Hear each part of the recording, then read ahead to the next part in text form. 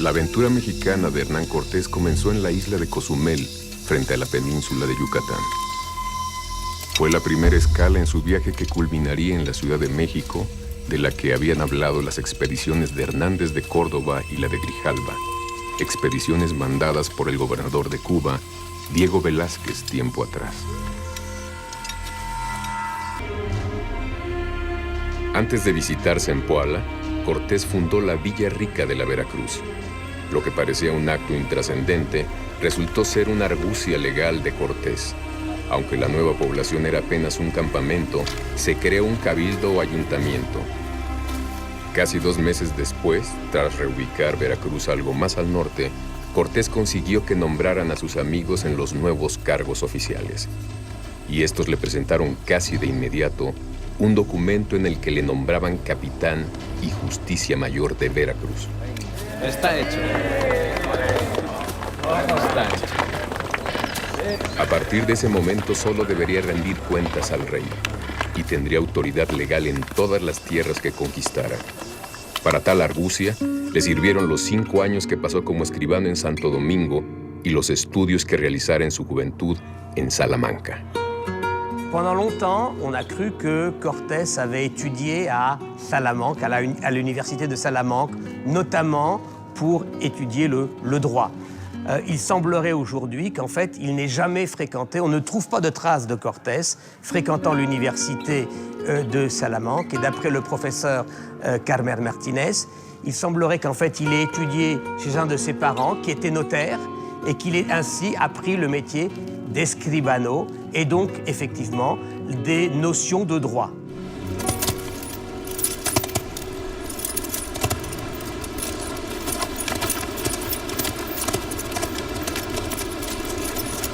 La fundación de la Villa Rica de la Veracruz, la creación de su cabildo y el nombramiento de sus autoridades se produjeron como respuesta a las noticias que llegaron de España. Mensaje de España.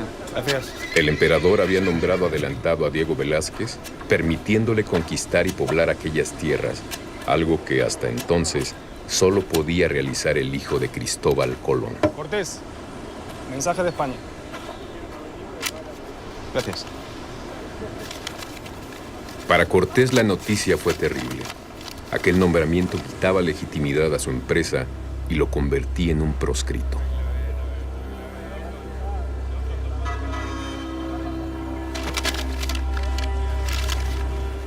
Maldita sea.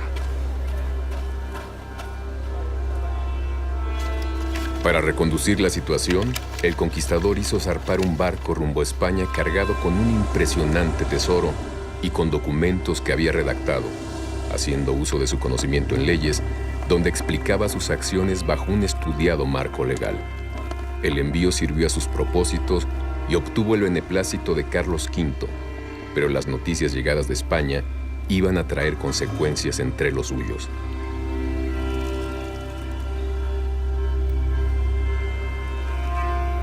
Algunos de los hombres que viajaban con Cortés eran fieles a Velázquez y consideraron la creación del cabildo y el nombramiento de Cortés como capitán general y justicia mayor un golpe de Estado.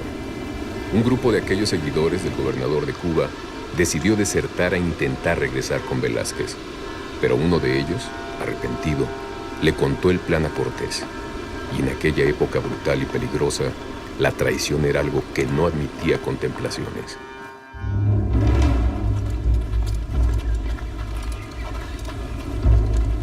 Apresados por los hombres de Cortés, el extremeño no tardó en hacerles un juicio sumario.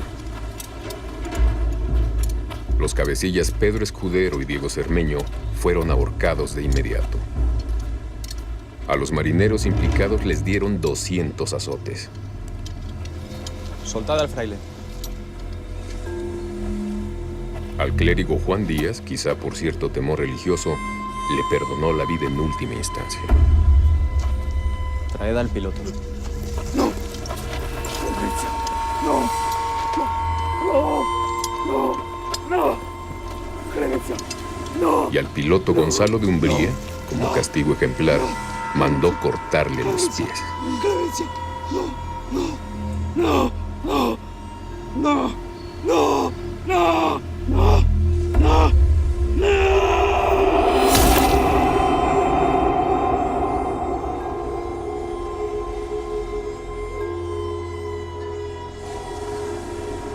Aquel suceso iba a propiciar uno de los episodios más conocidos de la vida de Hernán Cortés.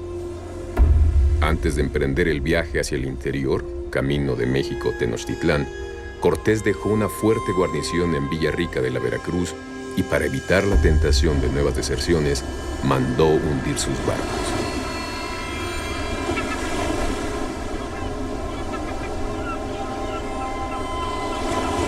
Aunque muchas veces se dice equivocadamente que quemó sus naves, lo que hizo el capitán extremeño fue barrenarlas, hundirlas cerca de la orilla. Había llegado el momento de la verdad. Cortés emprendió el camino hacia la capital del Imperio Mexica al mando de 300 o 400 españoles y entre 200 y 1500 indígenas, según el cronista que lo relate.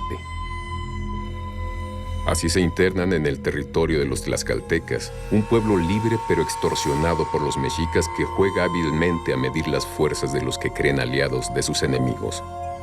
Entran en combate con ellos intentando vencerlos y al no conseguirlo, se rinden y envían emisarios a Cortés, quien consideró que en realidad eran espías.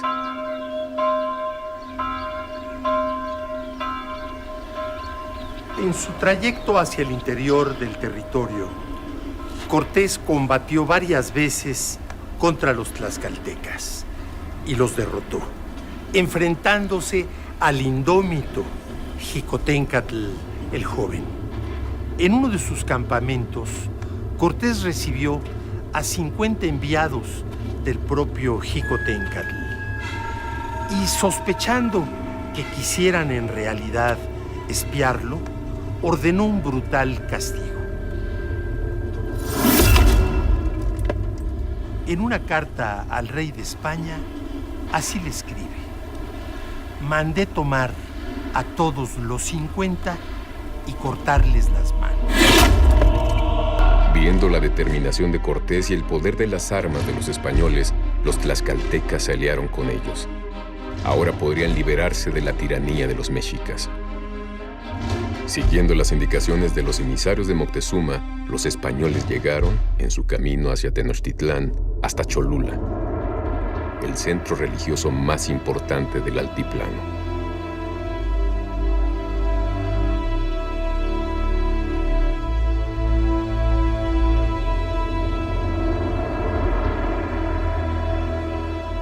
Las casi 300 iglesias que hoy se levantan en la ciudad señalan el lugar donde los españoles encontraron templos indígenas.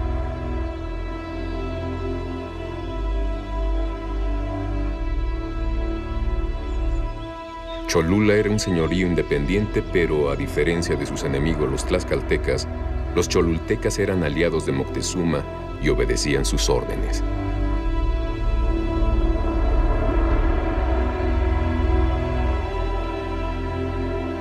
Según Bernal Díaz del Castillo, el tlatoani había ordenado matar o apresar a los españoles preparándoles una trampa de la que no podrían escapar.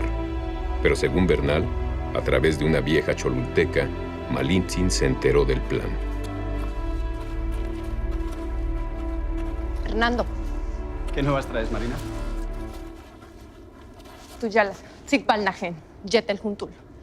En las afueras de la ciudad habían escondido trampas con estacas afiladas para matar a los caballos.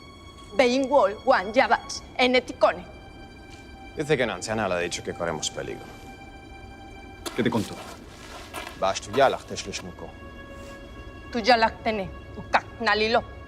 Agrega Bernal que algunas calles estaban tapiadas.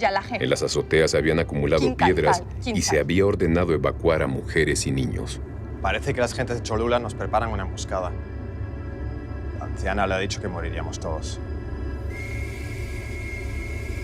Dispuesto a dar un ejemplo que demostrara su fuerza y evitara nuevas emboscadas, Cortés convocó a conversar a los guerreros y principales cholultecas en unos patios donde, a una señal, entrarían sus tropas. Los españoles entraron a caballo arrasando a los convocados.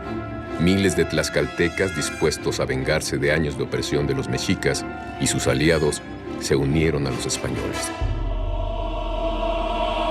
La matanza fue brutal entre las gentes de Cholula. Ya fuera real la trampa que les habían preparado o no, en la biografía de Cortés quedaron escritas algunas de sus páginas más oscuras y sangrientas. Ya nada podía evitar que los españoles llegaran a Tenochtitlán. Pero lo que encontraron al ascender, el ahora conocido como Paso de Cortés, superaba con mucho sus expectativas.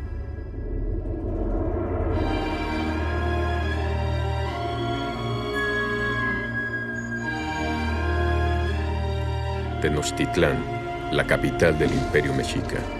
Una ciudad que haría palidecer de envidia a muchas capitales europeas. Una joya en mitad del lago de Texcoco.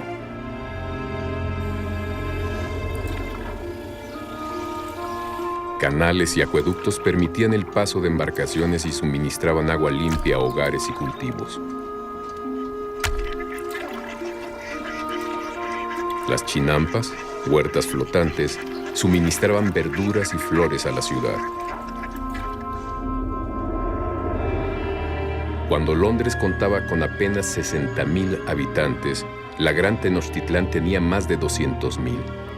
Grandes pirámides, templos dedicados a los dioses aztecas, despuntaban sobre la superficie plana de la ciudad. A pesar de los sacrificios humanos ofrecidos en sus templos, sus leyes permitían una convivencia justa y en paz. La sociedad mexica estaba perfectamente estructurada y por sus 4 calzadas principales llegaban mercancías de todos los rincones del reino.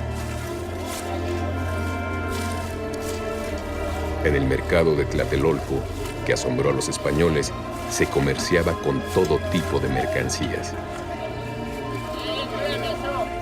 Los nobles vivían en casas de comodidad y lujo asombroso, con jardines de una belleza extraordinaria. Los españoles la compararon con Sevilla y aún con Roma, incapaces de describir lo que veían. Allí, el 8 de noviembre de 1519, Moctezuma y el que creía emisario de Quetzalcóatl, Hernán Cortés, se encontrarían por fin cara a cara. Son dos mundos que se desconocen por completo y que entran en contacto de una manera muy particular, porque lógicamente aquellos otros pueblos que Moctezuma o los anteriores tlatoanis habían ido conquistando pertenecían, digamos, a su mismo entorno cultural, mientras que en este caso no es así para ninguno de los dos. Aquel encuentro entre dos mundos iba a marcar el inicio de uno de los episodios más trágicos de la historia de México y el final de una cultura y una ciudad extraordinarias.